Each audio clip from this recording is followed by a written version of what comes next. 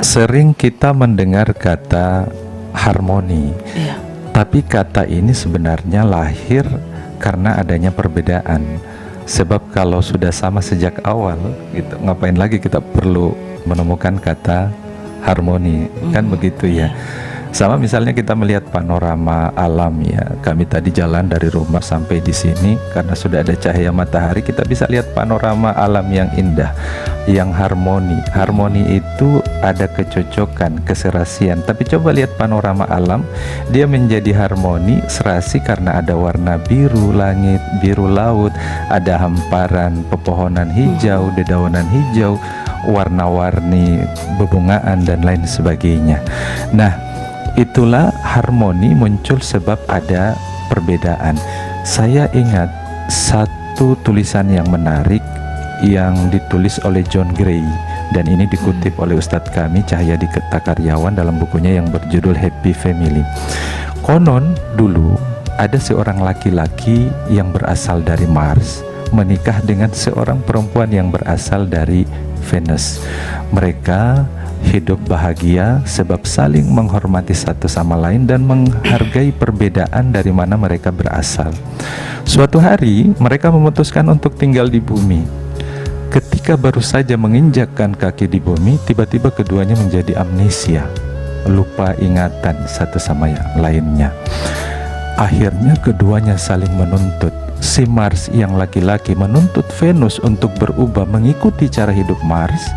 Venus juga sebaliknya menuntut suaminya Mars untuk hidup dengan cara Venus. Mars bingung, kenapa cara hidup Venus begitu? Demikian juga sebaliknya. Mengapa bisa begini?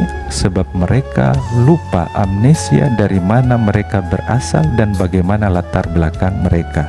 Yang terjadi kemudian adalah saling membuli, saling mencaci, saling menghina satu sama lain. Ketika aku dan kamu menjadi kita, sesungguhnya juga adalah satu bagian dari tahapan rumah tangga yang kita sebut dengan fase transformasi. Dan fase transformasi ini membutuhkan apa yang disebut dengan sandi iman. Tadi Ibu Ainun sudah menyebutkan kita perlu berdoa atau ada doa khusus pengikat hati. Sandi iman ini terkait dengan niat awal pernikahan. Orang yang pacaran saja akan berkata bahwa kemana hubungan kita, apalagi dalam konteks perjanjian yang kuat yang disebut mitsaqan ghalidzan ini, niatnya tentu saja adalah ibadah. Ya, saya sering bertanya pada mereka-mereka yang mau menikah dan datang ke rumah untuk konsultasi. Saya tanya, kenapa sih Anda mau menikah? Jawabannya beragam. Yang pertama, karena usia saya sudah cukup. Yang kedua, karena saya sudah punya pekerjaan yang bisa kelak nanti menghidupi pasangan dan anak-anak saya. Saya bilang itu benar semua, tapi yang paling utama adalah niatkan menikah itu adalah ibadah. Ada sandi iman. Dua orang yang bertemu karena sandi iman, insya Allah bisa menjalani kehidupan dengan baik dalam petunjuk Allah Subhanahu wa Ta'ala. Yang kedua begini, saya tambahkan satu.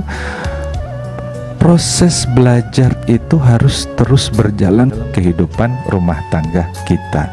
Detik berganti menit, berganti jam, berganti hari, berganti tahun, dan seterusnya kita dihadapkan pada perubahan-perubahan dalam diri, perubahan pasangan. Karena kita manusia ini adalah organisasi yang berkembang, maka kita perlu saling memahami dengan perubahan-perubahan yang terjadi itu. Nah, di berbagai kesempatan kami menyampaikan, pahami perbedaan laki-laki dan perempuan, pahami bahasa cinta pasangan, pahami pentahapan dalam rumah tangga. Kalau ini bisa kita lakukan, maka aku dan kamu menjadi kita.